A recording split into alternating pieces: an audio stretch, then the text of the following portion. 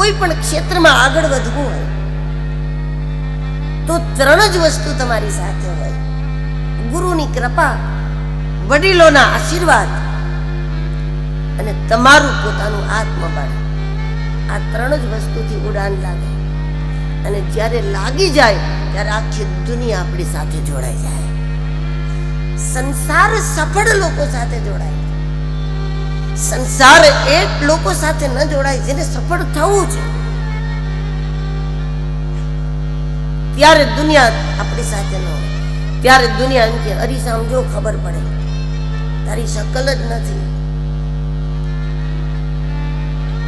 સફળ થવું છે એની સાથે દુનિયા ન હોય.